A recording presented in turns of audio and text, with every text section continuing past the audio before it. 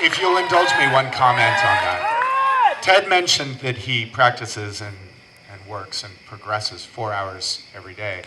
And that's what it takes to be a professional performing artist. The difference is that if you sign up for a job and you work your hours, you get a paycheck. But to be a performing artist, you have to treat it like it is a job, like it is your job, before it's your job, before anyone will pay you to do it. And that is the dedication that will get you there. Can't wait to see where you end up, Ted. All right, come in. I'm a victim of my own personality. I can't even say anything genuine without anybody being like, yeah, but you would. You know,